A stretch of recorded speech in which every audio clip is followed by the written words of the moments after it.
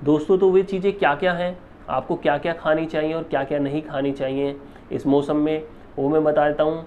अगर आपको मल त्याग की इच्छा बार बार हो रही है, पेट में गुड़गुड़ाहट, पेट भरा हुआ सा लगता है, बासी खाने की डकारें आ रही हैं, या फिर आपको गुदामार्ग में भी कोई परेशानी आती है, ऐसे में गुदामार्ग में तो आप तेल, कोई भी ऑइंटमेंट या फिर सिकाई करते ही हैं। लेकिन इस सब के अलावा आप पेट के लिए जो सावधानियां हैं, आपको दाल का पानी, चावल का माड़ या नारियल ले सकते हैं आप। बिल्कुल घुटी हुई खिचड़ी, जैसे हम साग घोटते देते हैं साग बनाने के लिए, बिल्कुल इसी तरीके से हम दाल का पानी बनाएंगे। तो दाल में 1 लीटर पानी लिया, उसमें थोड़े से कम दाल का जो है दाल ली, और जब हम उसे देखते हैं कि दाल हमारी गल गई है, तो उसे गलने के बाद में दाल को उसको बिल्कुल मैश कर देंगे कि हमारे पानी की थिकनेस बढ़ जाए। उसके बाद इसी तरीके से चावल के माड़ को भी छोक लिया जाएगा, हम लोग उसे छोकेंगे, बिल्कुल सूप के तौर पे बन जाएगा वो।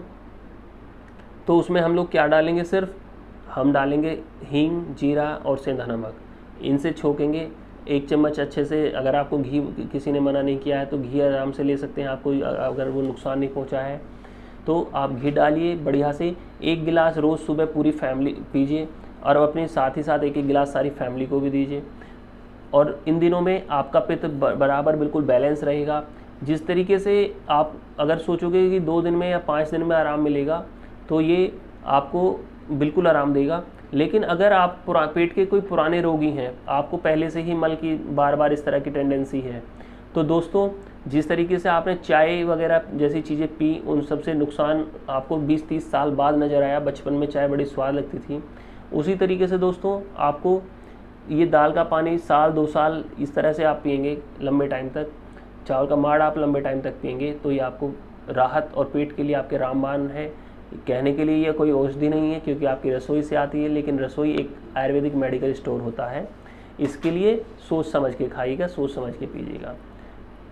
दोस्तों इस सब को बैलेंस करने के अलावा भी आप छुका हुआ मट्ठा जो होता है, मट्ठा जो छोंक देते हैं, आम भाषा में हमारे यहाँ जो कहते हैं उसे कहते हैं दुंघार देना, जिसमें पहले तो उसको डाला जाता था, छोंक दिया जाता था, जिसमें आग लगा करके उसमें डाला जाता था मट्ठे में। वो वाला मट्ठा अगर घर का है तो बनाया हुआ खुद का, तो क्या कहने हैं, उसको भी पीजिए, वो आपके लिए बहुत अच्छा है। अब छोड़ना क्या क्या है, आपको चाय छोड़नी है, आपको ग्रीन टी, लेमन टी, हर तरह की टी पीनी छोड़नी है, जो भी कोई भी मसालेदार टी है वो छोड़नी है, कोई हर्बल टी है वो सब छोड़नी है। कोई भी ऐसी कंटेंट जिनमें दाल चीनी, तेज पत्ता जैसे गरम मसाले, इलायची या फिर ये अपने जो काली मिर्च ऐसी चीज़ें हैं वो सब छोड़नी है। कोई भी इस तरह का खाना नहीं खाना है दोस्तों। साथ के साथ ही मिल्क की प्रोडक्ट छोड़ने हैं, जिससे आपकी जो मल की गिनती है वो बार बार कम बढ़ जाती है, तो आपको ये चीज़ें भी छोड़नी है। डेयरी प्रोडक्ट में क्या है, दूध है, दूध से बनी दही है, दूध से बना पनीर है, बहुत ज़्यादा छेना है, इन चीज़ों को भी आपको छोड़ना है दोस्तों। इस सब के अलावा इस सीज़न में आप लोग मधुर रस का ज़्यादा से ज़्यादा सेवन करिए, आप अच्छे से मीठा वगैरह खाइए, कोई दिक्कत नहीं है।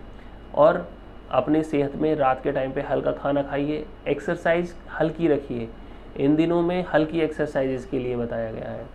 ये पूरी आज हम लोगों ने दोस्तों इसमें 2 वीडियो इसी में एडजस्ट कर दी हैं। एक कि इस मौसम में क्या खाएं क्या ना खाएं, और दूसरी हमने कि क्या ट्रीटमेंट लें, और प्रोक्टोकोलाइटिस और फिशर में क्या अंतर है। अगर ये वीडियो आपको दोस्तों पसंद आई हो, अच्छी नॉलेजेबल वाली वीडियो लगी हो, तो दूसरों से ज़रूर शेयर करिएगा, सब्सक्राइब करिएगा। तब तक धन्यवाद।